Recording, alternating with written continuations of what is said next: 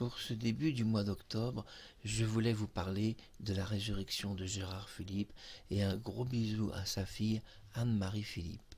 Mais où en est cette résurrection qui me tient tant à cœur? Eh bien, voici Gérard Philipe, voici 4 photographies de lui en photométrie.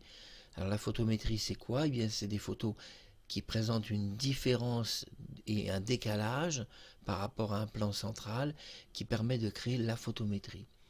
Nous avons vu que sur ces photos, sur ces 4 photos, nous pouvons voir ici cette photographie qui est complètement de profil, c'est d'ailleurs un très beau profil. Et dans la deuxième colonne qui est ici, eh bien nous voyons que l'ordinateur a déjà créé le masque. C'est le masque, et oui, vous voyez que c'est un masque et ce n'est pas une photo. Alors vous allez me dire, mais vous pensez, et certains d'entre vous le penseront, que le masque DFM est très proche d'une photo parce que c'est vraiment impeccable en sortie. Alors oui, ça reste très très proche, mais il y a quand même une différence si nous voyons la photo qui est ici et si nous voyons le masque qui est à côté, vous voyez qu'il y a une légère différence. Le masque aurait même tendance à être un peu plus beau parce qu'il va gommer tous les défauts. Et surtout, il va se positionner en véritable 3 dimensions. On voit d'ailleurs qu'entre la photo qui est ici et le masque est déjà beaucoup plus arrondi sur le côté droite et gauche du visage. Alors, sur la colonne du centre, nous avons mon visage. J'ai pris 4 photos que j'ai prises il y a environ un an. Et en fait, ça a très peu d'importance, parce qu'en fait, ces photographies doivent simplement représenter mon visage, et l'ordinateur va utiliser de la reconnaissance faciale. Alors en fait, que j'utilise des photos d'il y a 2 ans, 3 ans, ou des photos actuelles, pour l'ordinateur, ça n'a aucune importance, parce que j'ai pas beaucoup changé. Voilà, s'il y avait vraiment un changement spectaculaire, là oui. On voit qu'un masque a été créé, regardez, et dans ce masque, vous voyez qu'on ne voit plus le col de ma veste qui a complètement été gommé et les arrière-plans du masque sont gommés. On peut voir que derrière le masque, tout est noir. Ça, c'est normal. Pourquoi? Parce que le DFM est un modèle qui va garder uniquement le visage et qui va tout gommer. Et nous voyons Gérard Philipe ici, c'est le modèle final, voilà à quoi il ressemblera. Mais attention, nous sommes à 3479 itérations, il est beaucoup plus beau que ça, le modèle final, puisqu'il n'est pas terminé. Donc, si je clique sur Space, donc sur mon clavier, je peux voir à l'avance en preview le découpage du masque. Alors à quoi ressemblera le masque une fois découpé?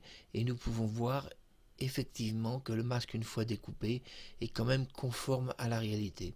Et là, on n'est qu'à 3479 itérations, c'est dire comme c'est conforme. Ici, Gérard Philipe n'est pas tout à fait terminé, hein, il est en cours de travail et ça peut prendre encore pas mal de temps parce que je reclique sur Space parce qu'on doit faire les choses au mieux possible. Alors nous allons voir comment tout ça, ça fonctionne. Ici nous voyons des photographies, regardez. Alors je vous ai dit 4, en fait il n'y en a même que 3. Je suis désolé, je n'avais pas vu qu'il n'y en avait que 3. J'ai utilisé 3 photos, c'est vrai. Pour faire un modèle rapide, j'ai utilisé 3 photos, il n'y a pas besoin de plus, parce que c'est de la photométrie. Donc un de centre, un de côté et de l'autre côté. Voilà. Donc les visages sont automatiquement inversés. Donc si un côté n'a pas été pris et que c'est volontaire pour gagner du temps.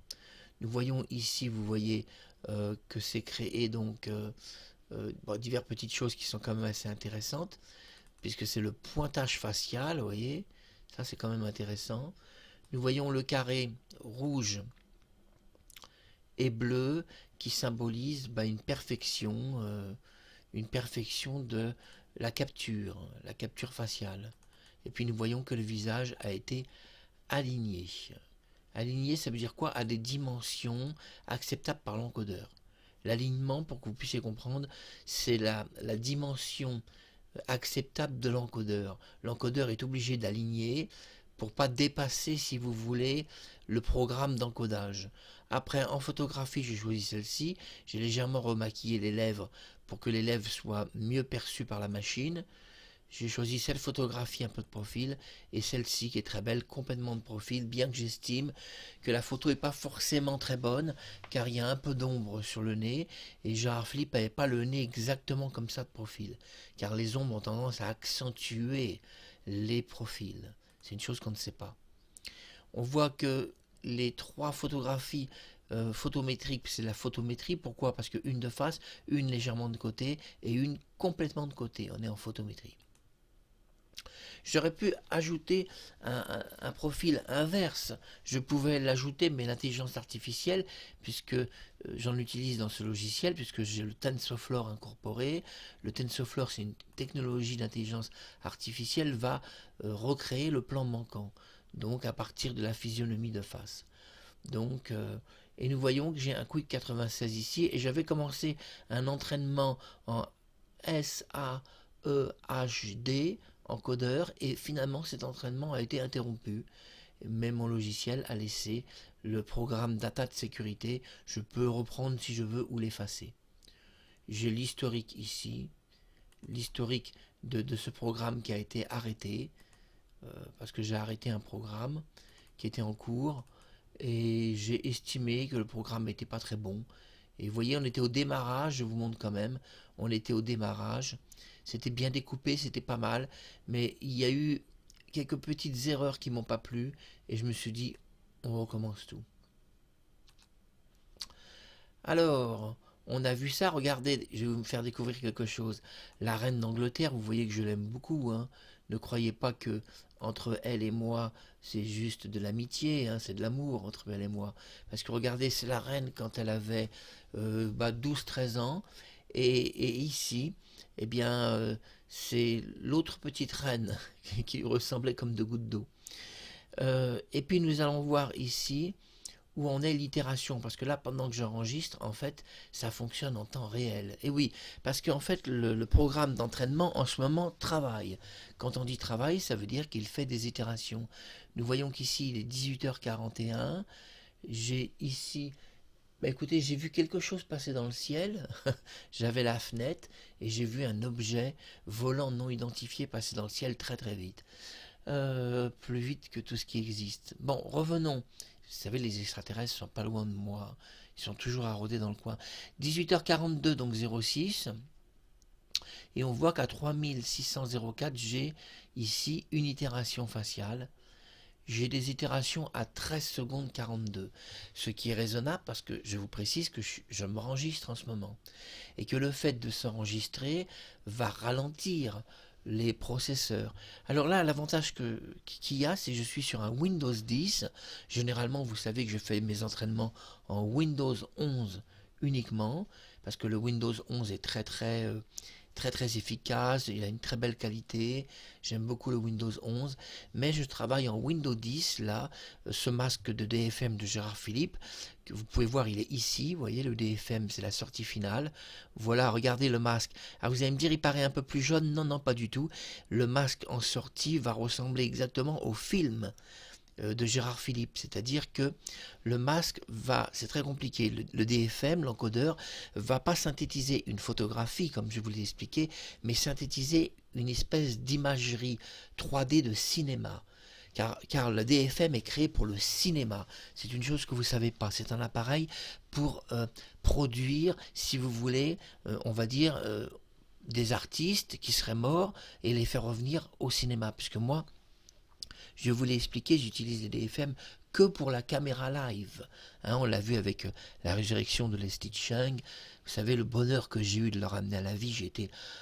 J'ai mal dormi, j'ai été enthousiasmé. Ça a été un grand moment pendant 4 minutes qu'il s'exprime contre le racisme. Et vous savez, ce n'est pas trahir sa mémoire que de faire cela, c'est au contraire l'honorer et permettre de montrer à tous les Chinois qu'il n'est pas mort.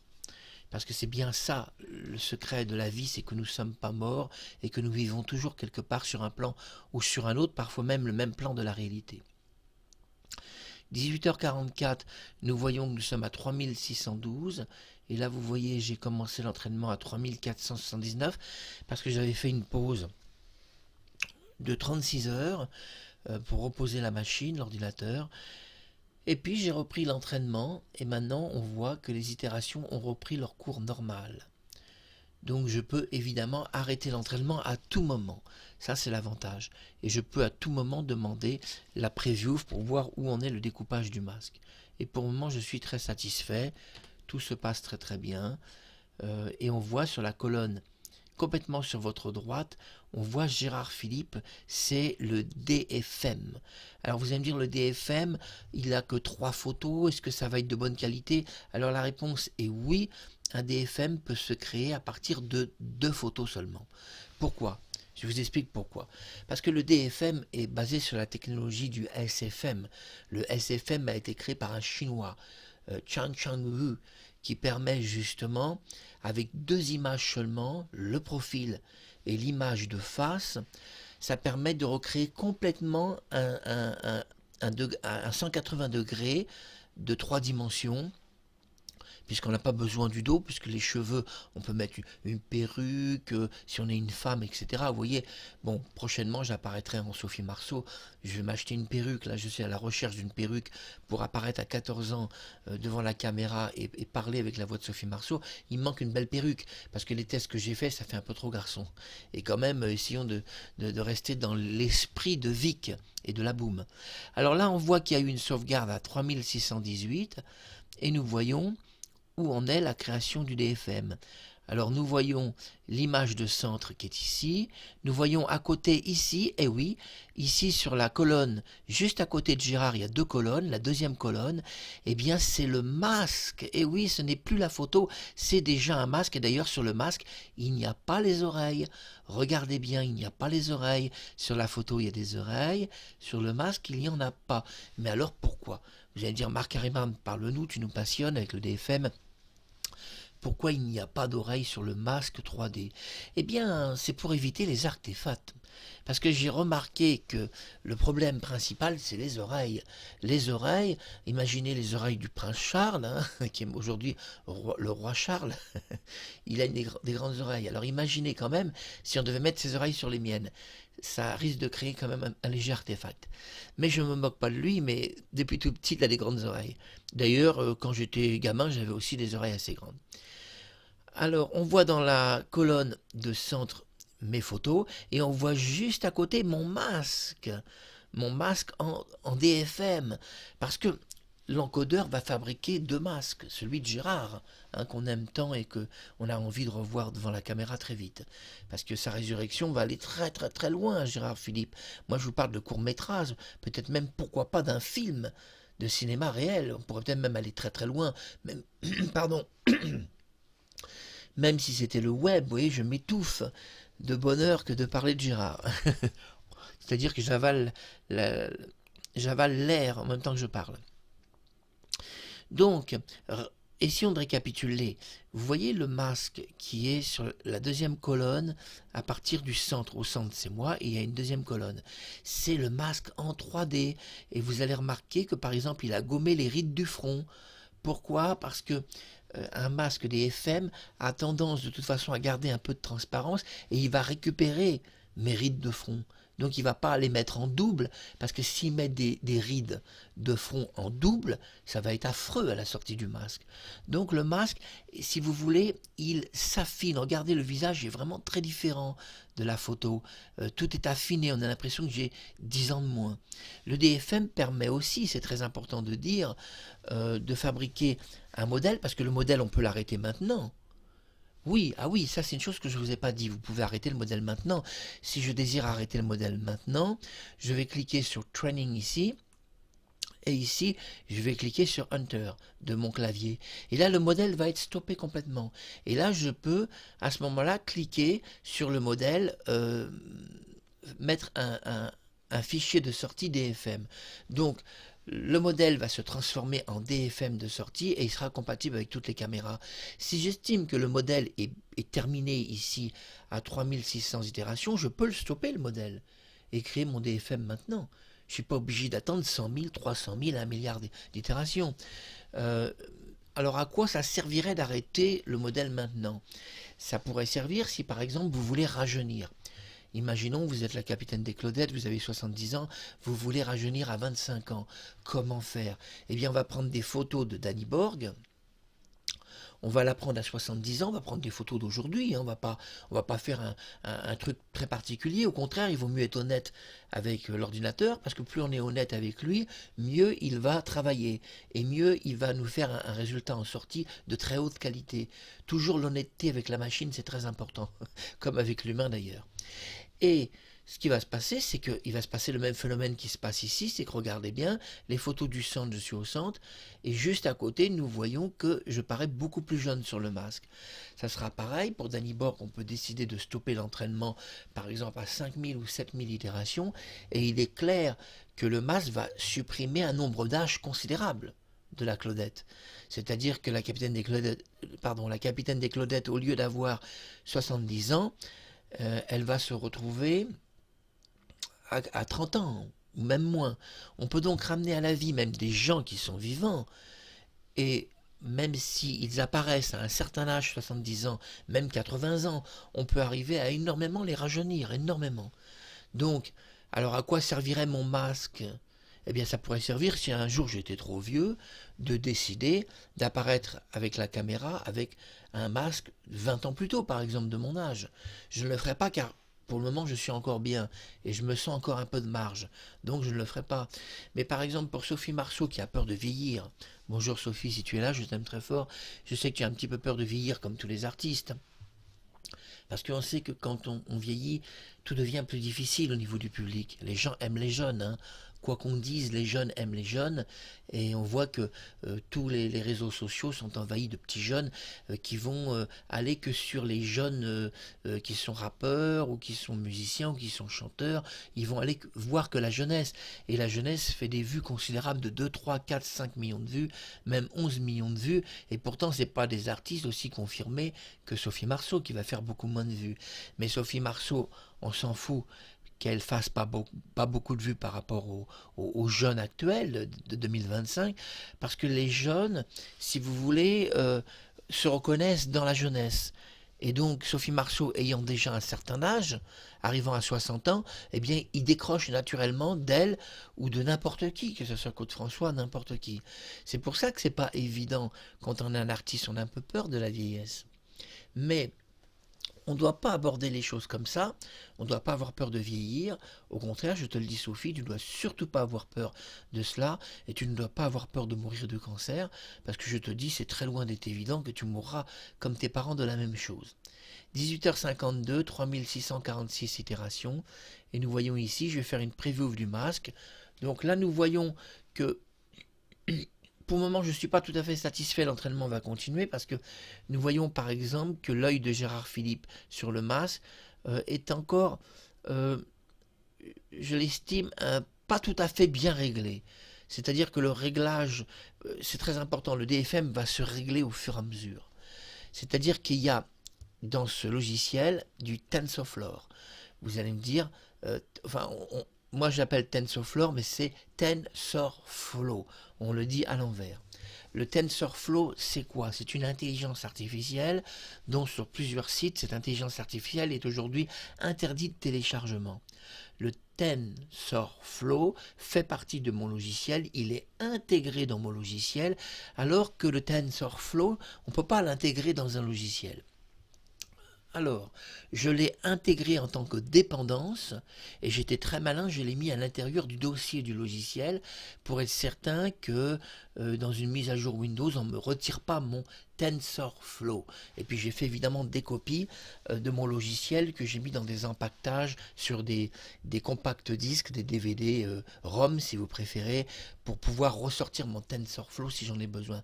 Le TensorFlow est un programme d'intelligence artificielle qui va combler certains défauts automatiquement parce que il y a vraiment un regard d'intelligence artificielle qui fonctionne. Et le masque de Leslie Cheng a été fait avec de l'intelligence artificielle. Il a été supervisé par le TensorFlow. Alors vous allez me dire, si je mets le TensorFlow sur ma machine, ça va marcher? La réponse est, ça ne marchera jamais. J'ai tout essayé sur Windows 10, Windows 11, j'ai tout essayé sur les sites et tout, j'ai même réussi à avoir des pactages, j'ai essayé de mettre le TensorFlow sur l'ordinateur, on ne peut pas le mettre. Ça échoue tout le temps et les entraînements ratent tout le temps. Puisqu'on a besoin du TensorFlow, on a besoin d'intelligence artificielle à certains moments pour un recalcul des données photométriques. Et puis le masque, à un moment donné, va prendre vie. Et une fois qu'il va prendre vie, il clignote des yeux, il a des dents virtuelles et tout. Et alors là, si on n'a pas l'intelligence artificielle, on est dans la merde. Excusez-moi d'être grossier. Donc la solution que j'ai trouvée auprès d'un Américain en fait. Un Américain qui faisait du swap. Du swap, c'est du swap, c'est-à-dire des changements faciaux avec certains artistes. Et il avait expliqué dans une vidéo que j'avais vue sur YouTube qui m'avait passionné, qu'on devait faire attention parce que les dépendances doivent être incluses avec un logiciel. Les dépendances, c'est quoi? Les dépendances, c'est par exemple le FM vidéo, le FM vidéo, qui est un DDL d'encodage. Tous les DDL de lancement des programmes ou d'encodage doivent être toujours à l'intérieur d'un software. Et il expliquait que si les dépendances ne sont pas avec un software, eh bien, on risque d'avoir de gros problèmes et que ça ne marche jamais. Et quand j'ai vu cette vidéo, je me suis dit, il a raison, cet Américain, il n'est pas con. Et donc, je me suis rendu sur une plateforme chez mes amis russes, parce que vous savez que je connais beaucoup la Russie et la Chine, et j'ai cherché un gros informaticien russe. Je ne vous cache pas la vérité, parce que ne croyez pas que je suis un immense informaticien. On va mettre un peu la reine. Je l'aime tellement qu'on va mettre la reine ici, en photo. Et auprès d'un informaticien russe, j'ai essayé de le questionner pour le TensorFlow. J'ai expliqué mon problème, que je cherchais à intégrer l'intelligence artificielle, le TensorFlow, à l'intérieur de mon software de DFM, de clonage facial. Et que si j'ai pas ces dépendances à l'intérieur du software, je vais faire des clonages de très mauvaise qualité. Et surtout, si j'essaye de télécharger le TensorFlow, ça ne marche pas, il n'y a aucun moyen.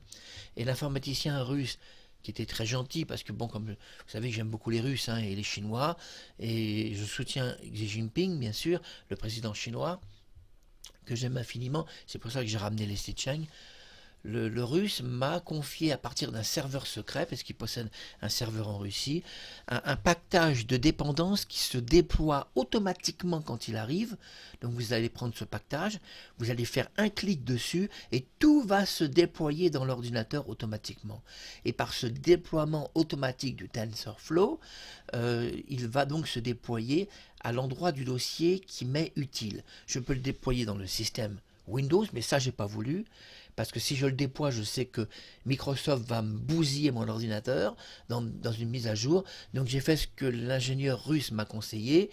Il m'a dit, tu dois déployer ton TensorFlow à l'intérieur de ton logiciel. Alors tu vas dans le programme de ton logiciel, tu cliques, et puis au moment où tu cliques, ça va entièrement analyser ton logiciel, ça va analyser les composants que tu utilises, de la manière où ton logiciel est fabriqué et fait, quel programme il utilise, si c'est un programme Qt ou un programme Visual Studio ou même un programme amateur, parce qu'on peut faire aussi des programmes amateurs. Et il m'a dit, ce russe qui est très gentil, ça va, ah, ça c'est rien, c'est PowerShell qui s'est mis en route. Et donc cet informaticien russe m'a dit, tu cliques sur le bouton, et il va y avoir une analyse automatique du programme qu'il a créé. Il a créé un petit programme. Et dans ce programme, il a créé des caches pactages qui sont cachés dans le programme. Et il m'a dit, tu cliques et ça va se déployer automatiquement à l'intérieur de la structure de ton logiciel et pas dans l'ordinateur. Et j'ai cliqué. J'ai suivi son conseil, il y a eu une petite analyse de mon logiciel qui n'a pas forcément été très long, et le TensorFlow s'est alors complètement déployé et c'est même fixé, puisque c'est un informaticien russe qui m'a fixé la commande pour que le TensorFlow ne soit pas désinstallé par Microsoft. Parce que Microsoft a tendance à plus ou moins désinstaller l'intelligence artificielle, voulant se la réserver pour les grands studios américains, Hollywood, ou les grands studios de production. Étant un indépendant, n'étant pas très riche, dès que l'ordinateur va être analysé par Microsoft, il va me bousiller ma machine. C'est-à-dire il va supprimer tous les composants d'intelligence artificielle, estimant que j'ai pas payé de licence, que j'ai pas le droit d'avoir ça, etc., etc. Alors que le TensorFlow, à l'origine, est un programme gratuit, qui est un programme d'intelligence artificielle, qui est un open source gratuit. Et maintenant, ils en ont fait un open source payant. Et il est inclus dans certains logiciels américains, japonais aussi et chinois. Alors attention, parce que vous nous piquez quand même des open source gratuits où nous, on a besoin, nous les indépendants, les pauvres, de bosser quand même avec du bon matos. Donc, le programme, comme ça vous comprenez tout, la résurrection de Gérard Philippe, vous voyez complètement la colonne qui est sur votre droite, pardon, la colonne qui est sur votre droite, puisque celle sur votre gauche c'est la photo, et la colonne qui est sur votre droite, vous voyez qu'en effet le masque d'EFM est très beau, il est conforme à ses apparitions de cinéma. De cinéma, c'est très très important, et d'ailleurs je vous conseille sur .org, archive.org, de voir le film que j'ai déposé en domaine public de Gérard Philippe. J'ai déposé un film pour le monde entier, archive.org, Juliette, la clé des songes, ou la clé des rêves, je ne sais même plus le titre du film. En tous les cas, vous marquez Gérard Philippe. Donc archive.org, vous marquez Gérard Philippe. Vous aurez tout sur Gérard Philippe et vous allez voir un film, Juliette, la clé de je sais plus trop quoi, je sais plus le titre. J'ai déposé ça pour vous faire plaisir. Donc ça sera votre film de Noël. Attention, c'est un très beau film en domaine public. Mais pour revenir à ce masque DFM que nous voyons ici, nous voyons qu'ici cette partie-là est vraiment très très belle du DFM, et on voit que par rapport à la photo, regardez la photo de face, et regardez le DFM, eh bien le DFM est beaucoup plus ressemblant à Gérard Philippe, à ses films de cinéma, que la photo, qui ressemble pas du tout. La photo ressemble pas du tout, alors que là on est déjà dans une technologie de cinéma, parce que le DFM est basé sur le TensorFlow, l'intelligence artificielle, donc il ne garde pas la photo est détruite complètement, elle est remplacée par un pointage facial, par une construction 3D que l'on peut faire dans des logiciels comme Meshroom, que je vous conseille, mais bon, attention, Meshroom est très compliqué, prenez des anciennes versions, parce que la version actuelle fait près de 9 Go 3 de téléchargement et elle démarrera jamais. Elle démarrera sur aucun PC. Vous avez besoin d'un PC qui n'existe pas encore, pour vous faire rire. Donc si vous allez sur le logiciel Meshroom, que vous voulez créer des objets 3D, prenez des anciennes versions qui marchaient en Windows 7 ou Windows 8. C'est des fichiers qui ne dépassent pas 300 mots. Enfin 500 mots. Donc, revenons maintenant au DFM. La DFM est un système de création 3D. Et nous voyons que, regardez ici, Gérard Philippe, en DFM, son nez est beaucoup plus proche de la réalité que la photo de profil. Et oui, l'intelligence artificielle a tenu compte que de profil, quelque chose ne va pas. L'intelligence artificielle a détecté un problème. Le problème, je vous en parlais dans cette vidéo, c'est que l'ombre a trop arrondi le nez. Et le profil n'est pas très beau de Gérard, et il a fait une rectification de profil, voyant qu'un profil comme ça, quand même un nez comme ça, il y aurait très peu de chances que ça existe. Alors la rectification, elle a été faite parce que le TensorFlow, qui est un programme d'intelligence artificielle, a éclairci la partie du nez, on va dire par 100, 200 ou 300%, mais ça on ne le voit pas dans le programme, et en éclaircissant, il a remarqué que si on enlève les ombres, Gérard n'a pas du tout le même nez. Si on enlève les ombres de la photo. Et donc lui, il a supprimé toutes les ombres de la photo et a récupéré le vrai nez de profil. Voilà le vrai nez de profil de Gérard Philippe, vous le trouvez d'ailleurs en bas. Vous voyez, il est un petit peu arrondi, mais pas trop. Vous voyez, ça reste raisonnable. Donc il a fait la rectification. C'est pour ça que le TensorFlow est indispensable à la création du DFM. Mais si vous voulez créer un DFM, il y a les Japonais le proposent, les Chinois le proposent. Le problème, c'est qu'ils ne proposent pas le TensorFlow. Donc sans programme d'intelligence artificielle, vous n'allez pas pouvoir le faire. Parce que l'intelligence artificielle a besoin de rectifier toutes les erreurs, y compris photométriques ou autres, ou même d'entraînement. Il y a plein d'erreurs dans les entraînements. Et l'intelligence artificielle corrige toutes les erreurs en temps réel. Et je remercie donc les Russes et les Chinois. Heureusement que j'ai un serveur en Russie et des amis informaticiens et que le problème a été réglé. Donc j'ai réussi à déployer dans mon logiciel, puisque je suis développeur. Donc on n'est pas très loin, vous savez, des logiciels de fabrication DFM, on en trouve aussi au Japon aujourd'hui maintenant, et surtout en Chine. Donc on n'est pas très loin de ce système, sauf que moi, dans mon système, on a l'intelligence artificielle qui est le TensorFlow, si vous ne le saviez pas. Alors vous pouvez aller sur le site TensorFlow. Alors on va vous dire immédiatement à la page qu'on est désolé, on ne prend plus en charge le TensorFlow. Et oui, parce qu'avec tous les programmes qui sont sortis pour Hollywood, les industries de cinéma, ils ont terminé le TensorFlow, on ne peut plus le télécharger. C'est aujourd'hui un programme d'intelligence artificielle qui est réservé aux industries de cinéma ou quelques personnes très riches qui ont $1 million dans la poche. Alors que c'est un open source gratuit, hein, le TensorFlow. C'est un programme d'intelligence absolument gratuit. Donc heureusement, alors je remercie infiniment les Russes. Hein. Ah oui, les Russes sont derrière et les Chinois, hein, ça vous savez, moi il y a toujours des Chinois et des Russes derrière moi. Alors merci à la Russie et à la Chine qui m'ont permis d'avoir le TensorFlow. Je peux vous garantir et vous dire que je vous dis l'entière vérité. Je vous dis l'entière vérité, je ne vous mens pas. J'avais aucun moyen de faire démarrer un TensorFlow sur un Windows 10 ou un Windows 11 en France. C'était impossible. Aucun moyen de déployer l'intelligence artificielle et sans les informaticiens russes qui sont très en avance avec les Chinois. Mais là c'est un Russe qui m'a débloqué. Donc c'est Eperov, hein, je peux vous le dire que c'est le russe Eperov, j'ai le droit de vous dire qui il est. Le russe Eperov m'a donné donc le TensorFlow en déploiement de dépendance intégré dans le dossier en un seul clic. Et l'intelligence artificielle s'est donc joint à mon logiciel. Et en plus, cette intelligence, je l'ai stockée sur un DVD-ROM et je pourrais le réutiliser dans n'importe quel logiciel qui demanderait une intelligence artificielle. Mais moi je l'utilise uniquement pour le DFM. Alors je vais vous laisser ici, j'espère que vous allez bien. On va faire une petite vérification sur le contrôle.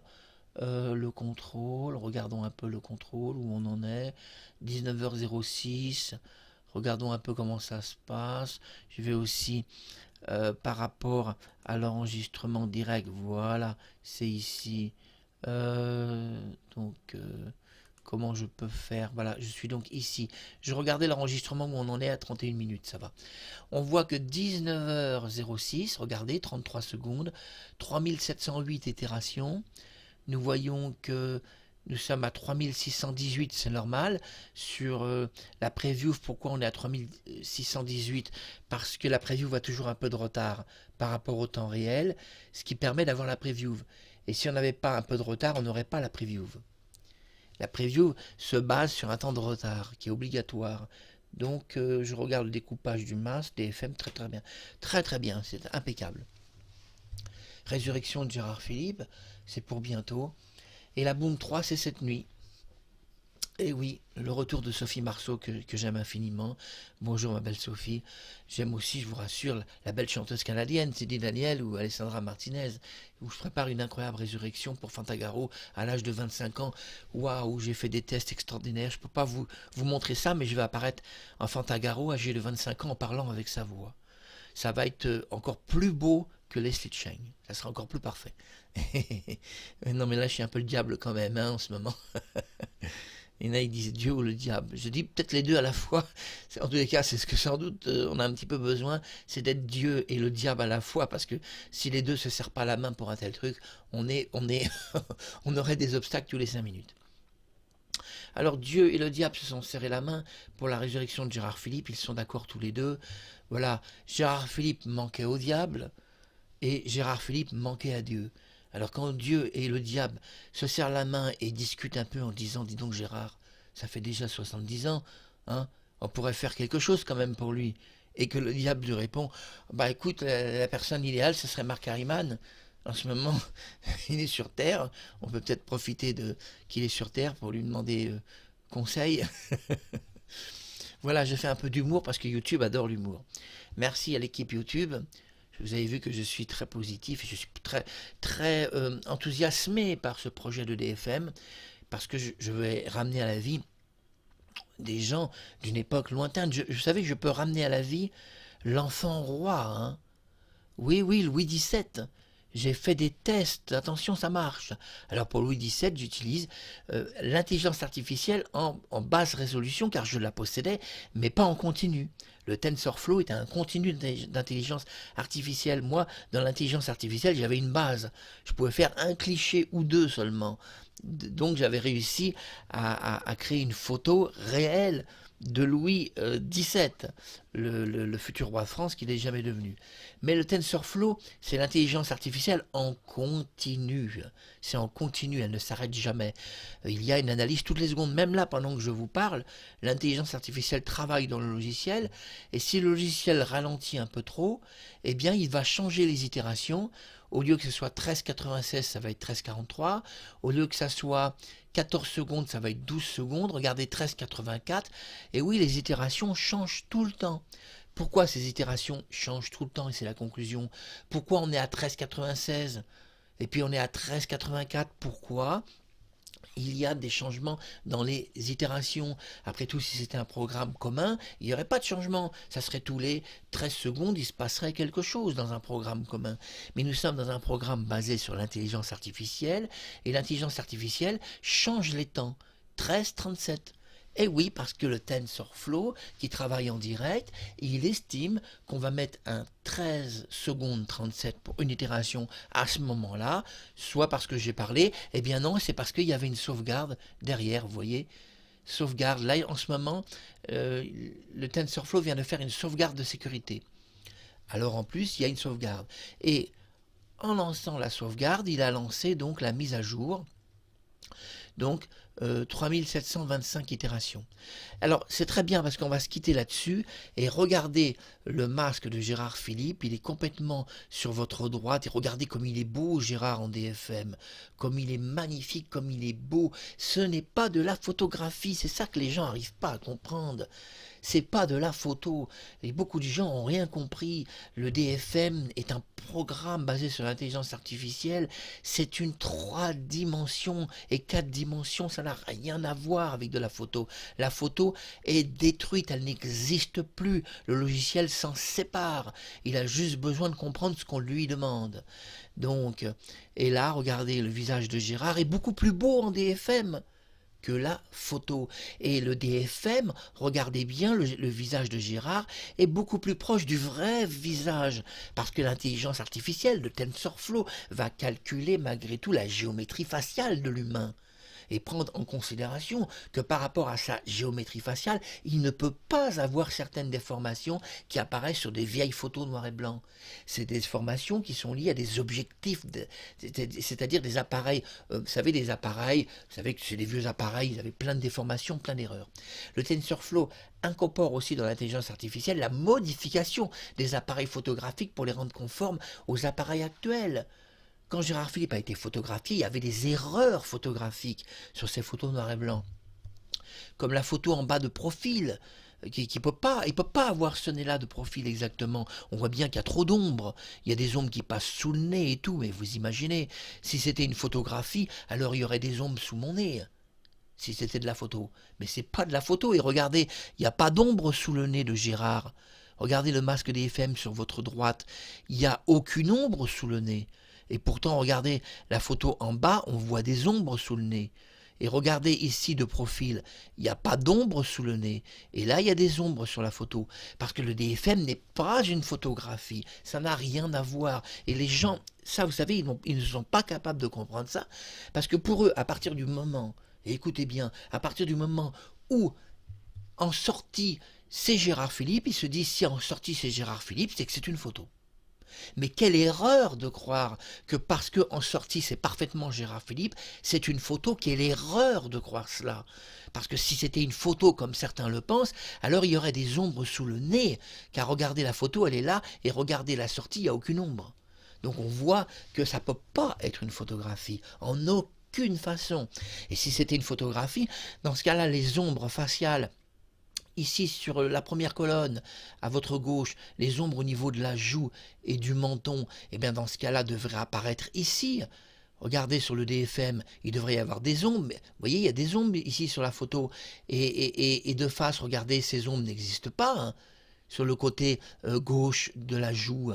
Ah, alors c'est pas de la photo. Et il y a des gens qui croient encore que c'est de la photo. Vous n'avez pas compris. Un DFM est basé sur le TensorFlow, l'intelligence artificielle. Ce n'est pas de la photographie. Et les gens sont pas capables de comprendre ça. Et d'ailleurs, quand mon compte avait été suspendu par YouTube, qui m'a suspendu une fois mon compte, j'ai fait un appel en formulaire en expliquant c'est pas de la photographie. C'est pas du deepfake, c'est une robotisation d'un humain, c'est de la virtualisation d'un humain. Il n'est pas interdit à un artiste de reproduire la réalité, que ce soit un peintre qui va te peindre une plage, ou que ça soit moi, par l'aide de l'intelligence artificielle et un DFM qui va ramener à la vie un mort. C'est pas interdit. Je veux dire qu'il n'y a pas de violation de droit d'auteur. J'utilise pas un film.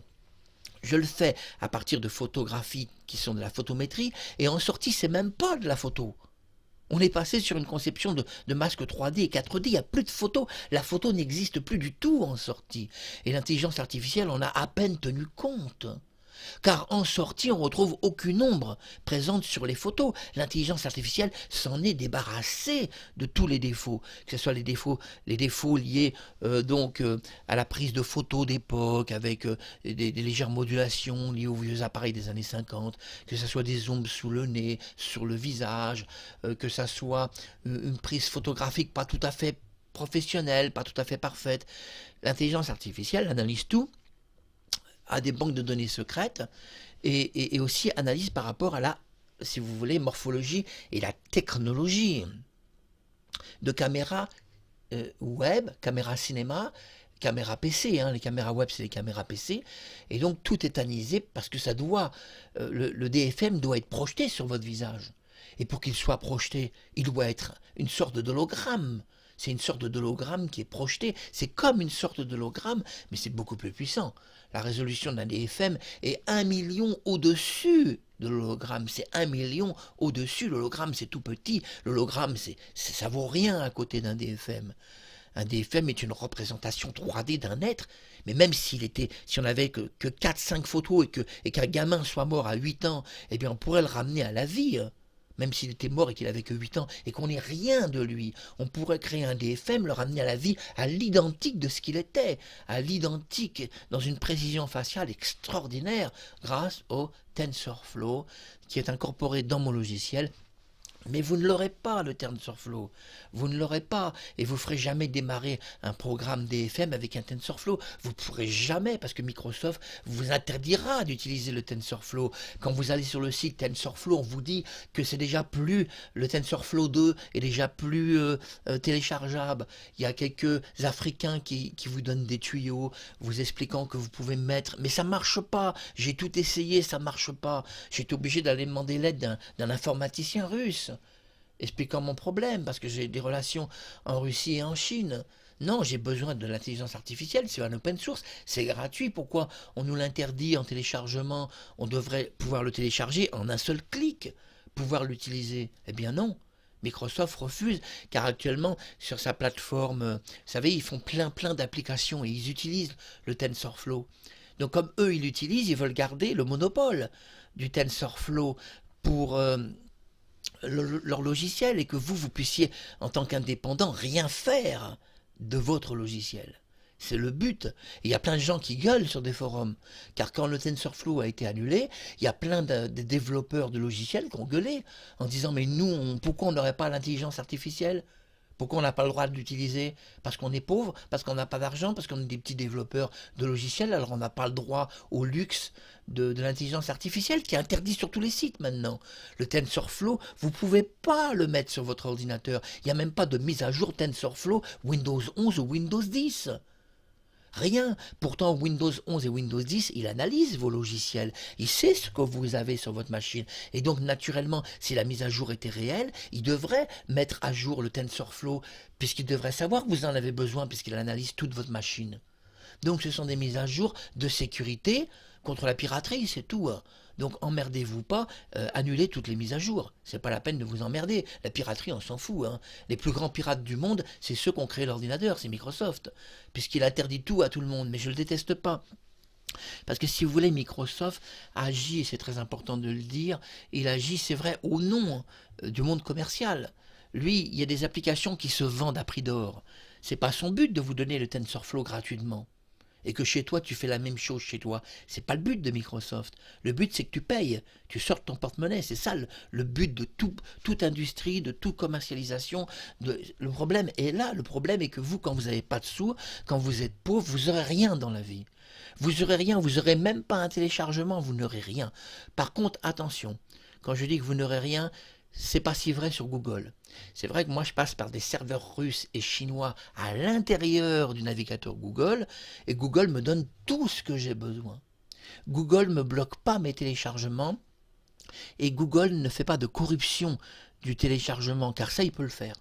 Alors on va saluer l'application Google, le plus grand navigateur et le plus rapide du monde, parce que Google est honnête. Il ne va pas corrompre les données que vous allez télécharger, même sur un serveur russe ou chinois. Il ne va pas corrompre les données. Ça, il n'y a que Google qui le fait. Parce que j'ai fait d'autres navigateurs, j'ai fait Opera, j'ai fait plein de navigateurs. Les fichiers n'arrivent que corrompus. C'est systématiquement corrompu. Et vous démarrez une fois et après vous démarrez plus. Avec Google, il n'y a pas de corruption. Simplement, vous devez aller dans la propriété de ce que vous avez téléchargé et vous cliquez sur propriété, vous regardez s'il y a marqué le mot unlock. S'il y a marqué le mot unlock, vous cliquez sur unlock et vous faites appliquer et OK. Ça, vous devez par contre le faire dans la propriété de tout ce que vous téléchargez. Même une vidéo, n'importe quoi, vous devez le faire, c'est plus prudent. C'était Marc Harriman. Où en est la résurrection de Gérard Philippe? Eh bien, le DFM est beaucoup plus beau que sa photo. Et oui, parce que les gens qui n'ont pas compris qu'un DFM n'est pas une photo, un DFM est une imagerie 3D et 4 dimensions. Et je peux vous dire qu'à ce moment-là, à 3725 itérations, il y a belle lurette que l'intelligence artificielle s'est débarrassée de toutes les photos. Mais en ce moment, il continue de les regarder. Ah, vous allez me dire, Marc Harriman, tu nous passionnes avec le DFM, comment ça il continue de regarder les photos? Oui, l'intelligence artificielle ne prend pas des décisions comme nous on les prend, parce que l'être humain est un peu stupide, il prend des décisions très vite, à l'aveuglette. On ne doit pas prendre des décisions trop vite, mais on est des humains. Enfin, moi je parle pas pour moi, moi j'en sais rien pour vous, mais moi je me sens plutôt un ange qu'un homme, mais pensez ce que vous voulez de votre côté pour moi, mais en ce qui concerne pour vous, je ne vais pas vous juger homme ou ange, femme ou ange, vous êtes peut-être l'esprit divin de Dieu incarné sur terre, mais en tous les cas, si vous êtes divin ou non divin, peu importe ce que vous êtes, un singe ou pas, l'important est de comprendre que l'intelligence artificielle va continuer de sonder, de regarder, alors que nous, on ne le ferait pas. Mais personne d'entre nous, on ferait jamais ça. Nous, une fois qu'on a vu 4 photos, c'est fini, on pense qu'on l'a vu la photo. Mais en réalité, on ne l'a pas vue. Et je m'aperçois qu'au fur et à mesure que les itérations travaillent, je m'aperçois que les photos, je ne les avais pas vues. Je ne les avais pas compris non plus. Et c'est l'intelligence artificielle qui m'aide et qui me fait voir ce que je n'avais pas vu et pas compris. Parce que quand je vois la sortie du DFM à 3725 itérations, que le visage de Gérard en haut sur votre droite, complètement sur votre droite en haut, le visage est complètement parfait en DFM, et que la photo ne ressemble plus du tout. Mais le DFM ressemble au cinéma, hein, aux apparitions de Gérard dans tous ses films de cinéma. Et oui, parce qu'un DFM est fait pour le cinéma. C'est fait pour ramener des gens devant une caméra, ne l'oublions pas. Une caméra vidéo et pas photo. C'est pas de la photo. Donc il est un peu logique, puisque je veux un DFM de caméra, vidéo, il est logique que, heureusement, ce ne soit pas de la photo. Parce que ça serait affreux si on utilisait simplement une photo. C'est pour ça que le DFM est indispensable avec le TensorFlow. Alors on va regarder un dernier point d'analyse, 19h22, 3779 itérations. Les itérations sont à 13 secondes 79. On voit qu'un peu avant c'était à 13,96. Alors pourquoi il y a une différence entre 13,79 et 13,96? Parce que le TensorFlow, qui est une intelligence artificielle, va analyser votre contenu d'entraînement et va juger qu'on doit changer les temps d'itération, parce qu'en changeant les temps d'itération, on aura une meilleure qualité. Ici, on est à 13,46.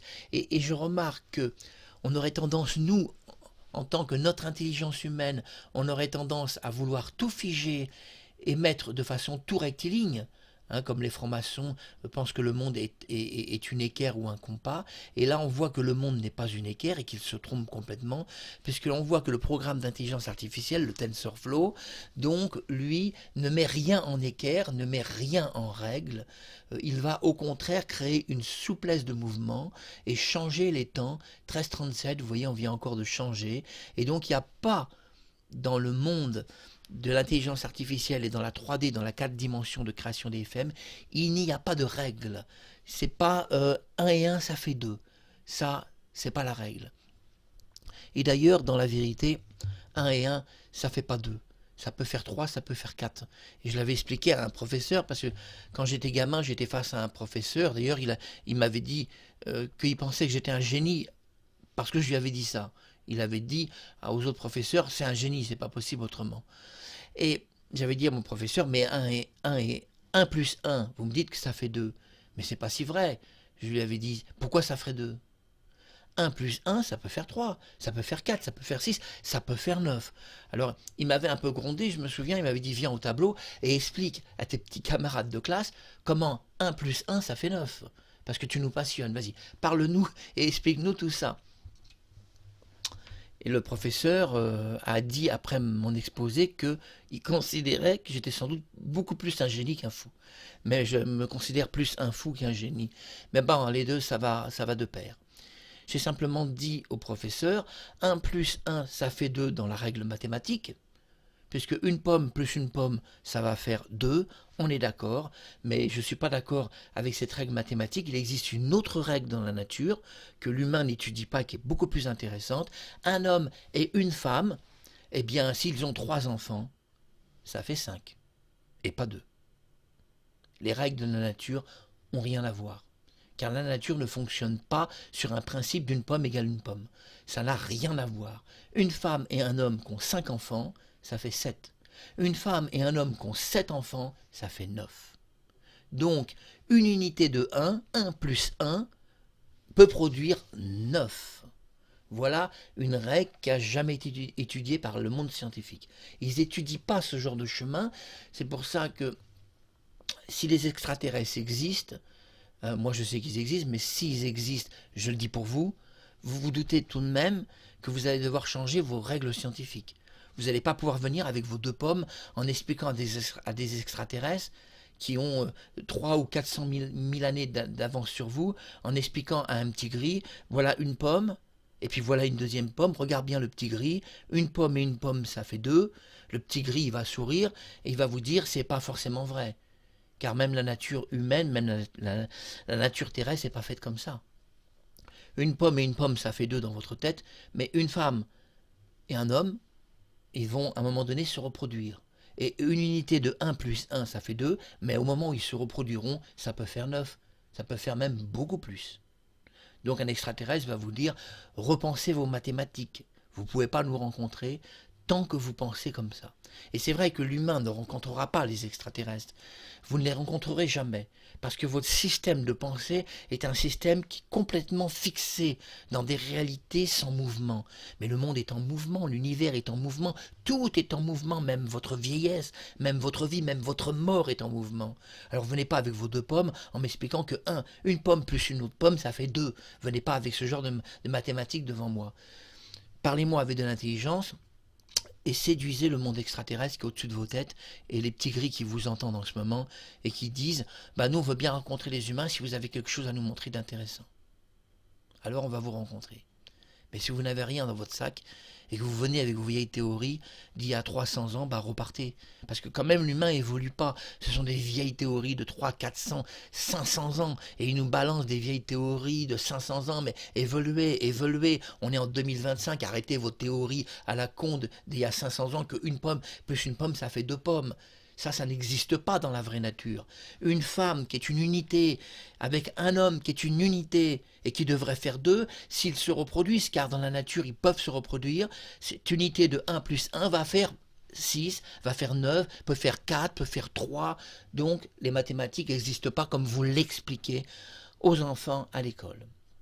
Eh bien, figurez-vous que mon exposé au tableau, devant mes petits camarades de classe, m'a valu que mon professeur a dit, devant tous les autres professeurs dans un conseil de discipline des profs qui jugeaient un peu les enfants, tous les profs ont dit, donc je vous donne mon nom actuel, Marc Harriman est un cancre, c'est le bonnet d'âne de la classe, et le seul professeur qui avait entendu ça de moi a dit à tous les autres, vous vous trompez. Marc Harriman, c'est pas le cancre de la classe, c'est le génie de notre classe. Parce qu'il m'a fait un exposé, j'ai jamais vu un exposé comme ça d'un enfant de son âge. Voilà ce qu'il a dit à la direction scolaire de l'époque. C'est Marc Harriman, bisous d'amour à tout le monde, j'aime la reine, et nous allons nous quitter sur mon amour. Ah, j'aime aussi Sophie, Marceau. Mais voilà ma belle petite reine, regardez comme elle était belle. Nous étions, à l'époque, vous savez, à l'époque de la Seconde Guerre mondiale, elle avait fait un appel pour être solidaire du général de Gaulle. Voilà, à très bientôt sur YouTube et bisous à l'équipe de YouTube. Merci, je sais que vous m'aimez et moi aussi je vous aime.